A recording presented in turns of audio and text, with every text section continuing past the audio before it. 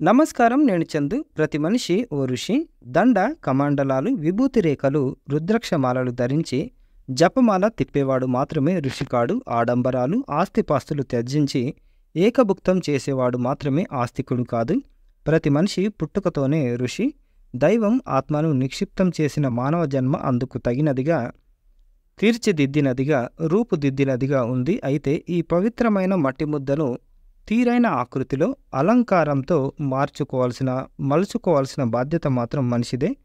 అవసరం కూడా మనిషిదే. అందుకు కావలసిన అన్ని వనరులు, అవకాశాలు ఆ ముద్దలో ఉన్నాయి. బాధ్యత రహితంగా అచ్చం పశువుల బీడు పొలాల్లోకి వదిలివేసిన పశువు కాదు మనిషి.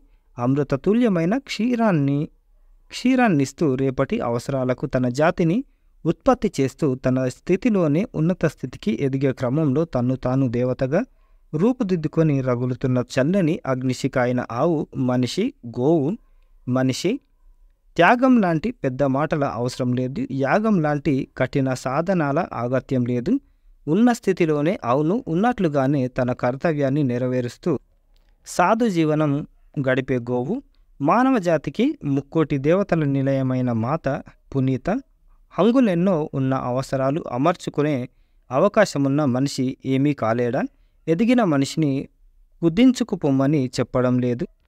సహజ ఋషి అయిన మనిషి, ఆత్మ ఋషి అయిన మనిషి తానేమిటో తాను తెలుసుకుంటే చాలు. కనీసం తనను తాను కనిష్ట స్థాయిలో గ్రహిస్తే మేలు. సరైన అవకాశం, అవగాహన లేని జంతుజాలం కూడా పక్షి లాంటివి సైతం ముక్కుతోనో కాళ్ళతో రెక్కలతో తమను తాము శుభ్రం చేసుకుంటాయి. ఉన్నంతలో తమ పరిధిలో తాము భద్రంగా ఉండేందుకు ప్రయత్నిస్తాయి. మనిషి సర్వశక్తి సంపన్నుడు, సర్వ సౌకర్య నిర్మిత, మహిమాన్విత జీవుడు.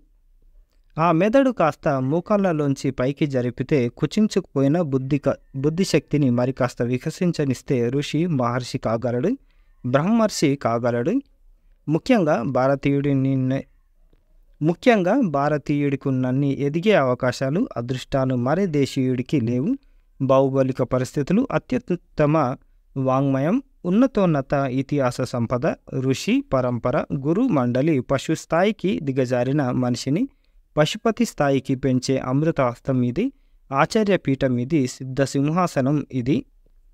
ఎదగడం శుభప్రదం, ఉత్సాహపూరితం, ప్రగతికారకం. దాన్ని అవగాహన చేసుకుందాం, ఆవాహన చేసుకుందాం. ఎదగడం అంటే కేవలం భక్తి కాదు, దైవం మాత్రమే ఏకైక ధ్యేయం కాదు, దేవుడికి సంకేతం కేవలం గుడిలోని విగ్రహం కాదు. ప్రతి పని, ఏ పనైనా దైవమే. ప్రతి కృషి, ఏ కృషి అయినా భక్తి సాధనమే. సాధన సాకారమైతే, సఫలీకృతమైతే మనిషి శంకరుణ్ణి పొందినట్లే. ఆ పని, ఆ సాధన, ఆ ధ్యేయం సర్వే జన సుఖినో భవంతు అయి ఉండాలి. లోక సమస్త సుఖినో భవంతుగా విలసిల్లాలి. విస్తృతం కావడం జీవి లక్షణం, వివేకం మనిషి లక్షణం.